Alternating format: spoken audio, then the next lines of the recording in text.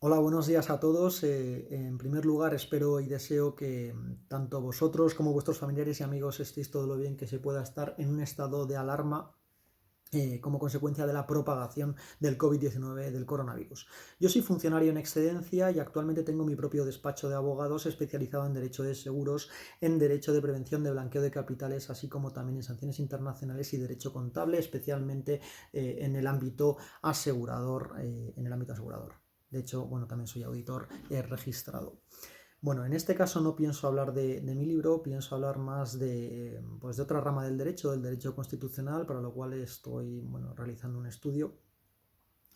Y en este caso, pues concretamente me gustaría hablar sobre la privación temporal del derecho a la propiedad privada derivado de las medidas adoptadas como consecuencia del Real Decreto de 14 de marzo de 2020. Bueno, en cualquier caso, también me gustaría advertir que no se trata de una discusión política, es una discusión meramente jurídica, si bien es cierto que al tratar de hablar de un derecho constitucional como es el derecho a la propiedad privada, no queda más remedio que meterse en política, ya que todos los estudiantes en derecho saben que los derechos constitucionales se estudian en una rama que se llama derecho constitucional, pero que también se le denomina derecho político. Por tanto, inevitablemente algo tendremos que hablar a nivel político, pero no me gustaría que la discusión fuera en el tú más, tú menos. Bueno, además de hablar del derecho a la propiedad privada, también voy a hablar sobre si en este caso me voy a hablar de las consecuencias económicas, ya no me voy a ir a una rama penal, las consecuencias económicas derivadas de las medidas adoptadas por el Consejo de Ministros con el beneplácito del Congreso de los Diputados, como luego explicaremos, pues si son impugnables o no son impugnables, es decir, si son reclamables esos daños que se están produciendo. Y por último, me gustaría hablar también de cómo se están violando no solamente el derecho a la propiedad privada, sino determinados principios constitucionales y los cuales, en mi opinión, un Estado social y democrático de derecho jamás podrá subsistir. Bueno, en primer lugar vamos a hablar sobre el derecho a la propiedad privada. El otro día, Pablo Iglesias, de alguna manera, anunció de manera bíblica la existencia del artículo 128 de la Constitución española. Y bueno, cierto es que ahí no mintió, porque es verdad que el artículo 128 de la Constitución española viene a decir que toda la riqueza del país en sus distintas formas, y sea cual sea el titular, está sometida a los intereses generales. Cierto es, pero ese artículo no se puede interpretar sin la existencia del artículo 33 de la Constitución española, que si os fijáis, por cierto, está antes de ese artículo 128, lo cual en términos jurídicos quiere decir bastante. Bueno, pues este artículo 33 de la Constitución española lo primero que hace es reconocer el derecho a la propiedad privada. O sea, la existencia existe.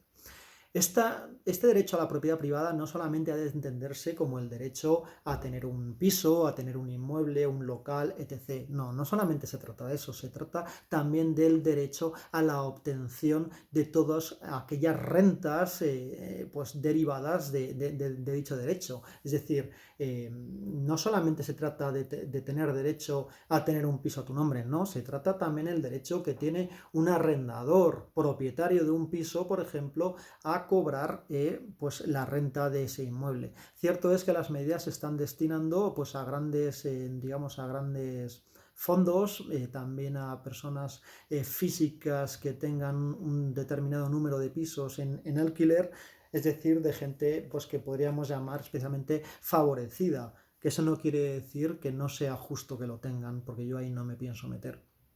Bueno, el caso es que sea como sea, la adopción de estas medidas lo que tenemos que ver es si cumple o no cumple con pues los requisitos, en este caso constitucionales. Y no, en mi opinión no lo cumple de ninguna de las maneras. El establecer una demora en el cobro de las rentas, el establecer una demora en el cobro de los créditos hipotecarios e incluso, para el caso de determinados fondos, el hecho de que se produzca una quita, es decir, una condonación del importe de la renta de arrendamiento, pues es básicamente inconstitucional. El propio artículo 33 de la Constitución española no dice en ningún momento que la propiedad privada sea un derecho absoluto. Cierto es. pero también es cierto que establece una serie de límites. En primer lugar, una declaración de utilidad pública o interés social. Ahora mismo desconozco si se ha declarado de manera expresa, pero evidentemente estamos dentro de pues una situación de interés social. Por otro lado, lo que establece, y en esto es lo que me quiero centrar, es en el previo pago de un justiprecio. El pedir a los propietarios o a los bancos que tengan que soportar estas cargas, es decir, estas demoras, estas quitas, además sin la posibilidad de incrementar intereses o sin la posibilidad mejor dicho, de devengar los intereses o de incrementar las rentas, evidentemente estamos hablando de una negación de ese derecho a la propiedad privada. Es un derecho que es absolutamente inherente a la propiedad de dichos inmuebles. Y con independencia de si esos propietarios son propietarios especialmente privilegiados. El derecho a la propiedad está garantizado a todos, absolutamente a todos. Y con esto no quiero decir que la culpa sea de los inquilinos o de los deudores hipotecarios. No, ahí tampoco me pienso meter, no es el tema. Es más, evidentemente en una situación como esta todos deberíamos arrimar el hombro y todos deberíamos pensar, pues oye, pues que hay gente más desfavorecida y que por supuesto no se trata de echar a la gente a la calle. Evidentemente eso cualquier estado debería protegerlo y en ese caso evidentemente entiendo que este gobierno también esté adoptando ciertas medidas que giran alrededor de este aspecto, ¿no? Pero yo no me meto en eso. Aquí lo que se trata es de que una vez adoptadas esas medidas, tú te tienes que centrar y te tienes que regir como poder público a la Constitución española. Y en este caso también se establece la existencia de un justiprecio. Es decir, pedir una demora o pedir una condonación de la renta, evidentemente no estamos hablando de una mera expropiación, que por cierto no ha habido procedimiento para ello, sino de una confiscación. Evidentemente, si no hay justiprecio, estamos hablando de una confiscación. Una confiscación en términos de la RAE viene a definir confiscación como una sanción. Entonces la pregunta es, ¿pero cómo se puede sancionar a alguien si no ha cometido ninguna infracción? ¿Dónde está ese tipo infractor? No existe infracción. Por otro lado, además, en cualquier procedimiento sancionador que se rige por los principios del derecho penal, pues en este caso, ¿dónde está la culpabilidad? No hay culpabilidad por parte de esas personas. ¿Por qué tienen que ser sancionadas? ¿Por qué tienen que ser sancionadas sin la existencia de un tipo infractor? Es decir, no hay un hecho tipificado. No hay culpabilidad. Y lo peor de todo es que no hay ni siquiera un procedimiento para ello. Por tanto, estamos hablando de una confiscación, de una sanción.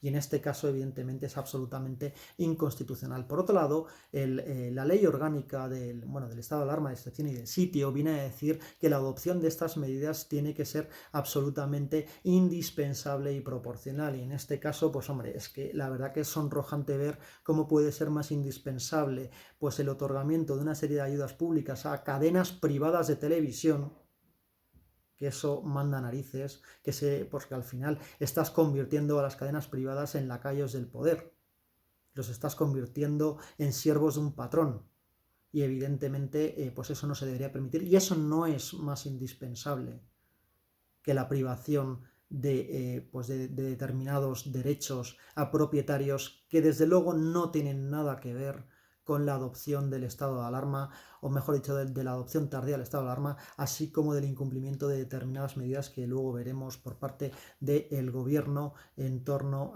al coronavirus. Bueno, señalado esto, y viendo que estamos hablando de una confiscación y por tanto de una violación flagrante del artículo 33 de la Constitución Española del derecho a la propiedad privada, me gustaría también señalar si las consecuencias, en este caso económicas, derivadas de esas medidas son impugnables ante los tribunales y, por supuesto, en mi opinión, son absolutamente impugnables. El Estado, como bien dice la Constitución española, debe responder, o la Administración debe responder del funcionamiento normal y anormal de los servicios públicos. Estamos dentro de un funcionamiento normal de un servicio público y, por tanto, sí que debería responder. La única excepción en este caso que cabe es la alegación por parte del Estado de una situación de fuerza mayor. Y en este caso también me gustaría advertir que, en mi opinión, no estamos dentro de un supuesto de fuerza mayor. no para el Estado.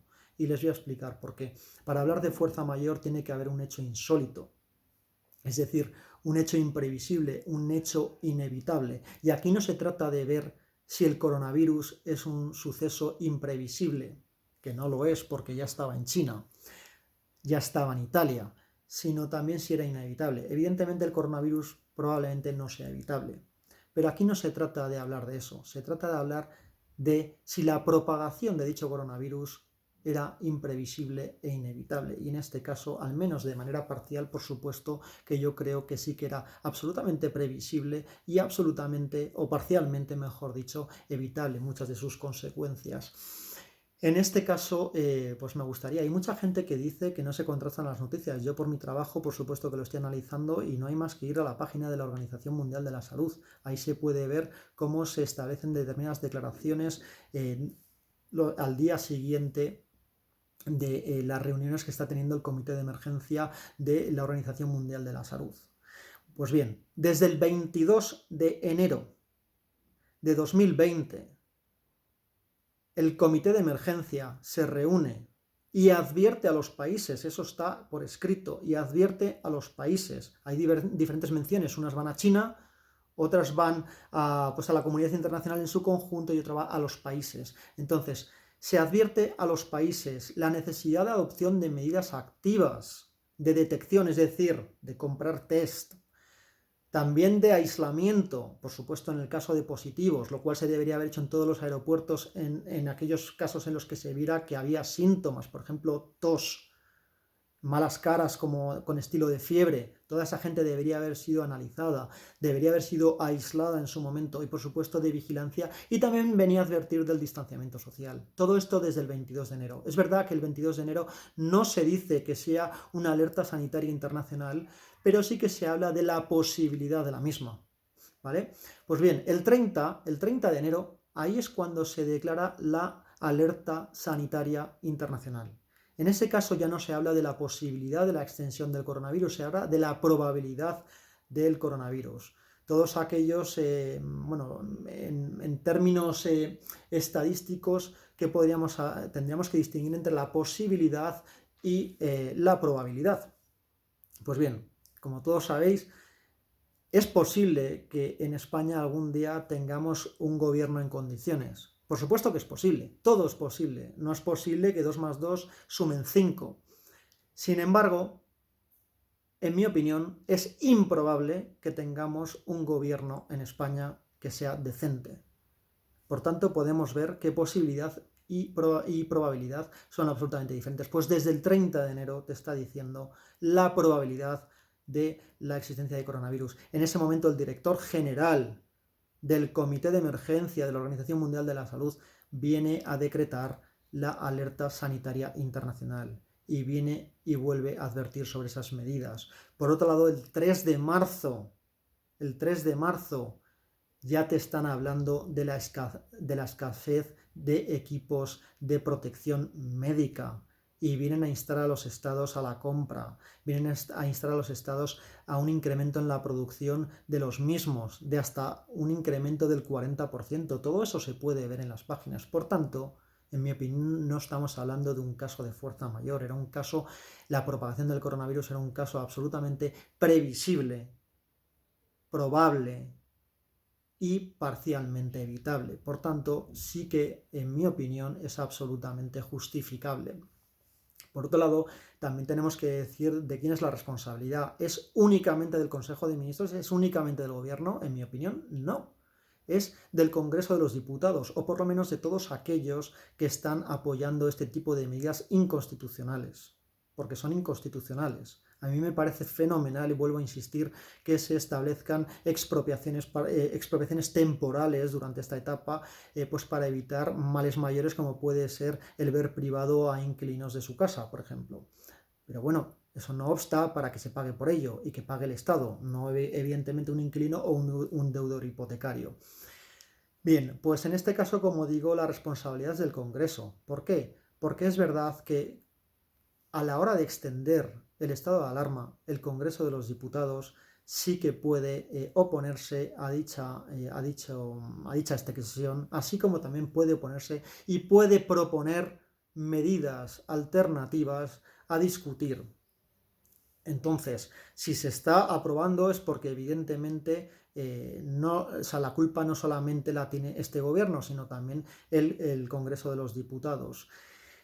O por lo menos, ya digo, la parte que esté apoyando. Bueno, ¿y cómo se aprueba todo esto? Se aprueba, desgraciadamente, por mayoría simple. Eso es lo que te viene a decir el reglamento del Congreso, dado que no se pronuncia ni la Constitución ni la ley orgánica del estado de alarma. No vienen a decir nada sobre qué mayorías son necesarias por parte del Congreso de los Diputados para el rechazo de la extensión del estado de alarma, así como también de las medidas que están siendo adoptadas. Por tanto, ante la ausencia de una mayoría, pues es mayoría simple, y así lo viene a decir también el reglamento del Congreso. No obstante, sí que me gustaría señalar, y en este caso sí que haría una advertencia a toda la oposición, y es que evidentemente aquí no estamos hablando de esas mayorías, esa mayoría simple, estamos hablando siempre y cuando de alguna manera se esté respetando la Constitución. Si no se está respetando la Constitución, en mi opinión, no deberíamos hablar de una mayoría simple por parte del Congreso de los Diputados, sino por parte de las mayorías exigidas por parte de la Constitución española en el caso de una reforma de la Constitución. No de una reforma especial o reforma agravada, sino de una reforma parcial de la Constitución. Se están reformando artículos, como puede ser en este caso el artículo 33 de la Constitución española. Por tanto, serían necesarias las mayorías, que son mayorías cualificadas, no es una mayoría simple. Y por último, ya me gustaría hablar de pues la violación de determinados derechos, o mejor dicho, de determinados principios inconstitucionales. En este caso, en primer lugar, se está violando el artículo 9 de la Constitución española, que va a recoger principios que son esenciales en cualquier Estado social y democrático de derecho. Y en este caso vamos a hablar, en primer lugar, de la irretroactividad de las disposiciones sancionadoras no favorables o restrictivas de derechos individuales. Efectivamente, se está realizando una retroacción de medidas absolutamente restrictivas de derechos individuales, como puede ser el derecho a la propiedad privada, es decir, se está violando este artículo 9 de la Constitución española. Por otro lado, también se está creando, o mejor dicho, se está violando el principio de seguridad jurídica. ¿Quién va a invertir en un país que está traicionando su propia Constitución? Y por último, también podemos hablar de la violación de otro principio del artículo 9, como es el de la interdicción o prohibición de la arbitrariedad de los poderes públicos. Todos los poderes públicos se ven sometidos a la Constitución y a las leyes, al ordenamiento jurídico. En este caso, si están violando la Constitución, es que están precisamente violando este artículo 9, apartado 3 de la Constitución española. Bueno, espero que os haya gustado y que, bueno, pues si alguna persona tiene alguna duda o quiere comprobar si esos hechos de la Organización Mundial de la Salud son ciertos, pues bueno, no tiene más que decírmelo. Espero y deseo que estéis bien, y nada, un fuerte abrazo a todos.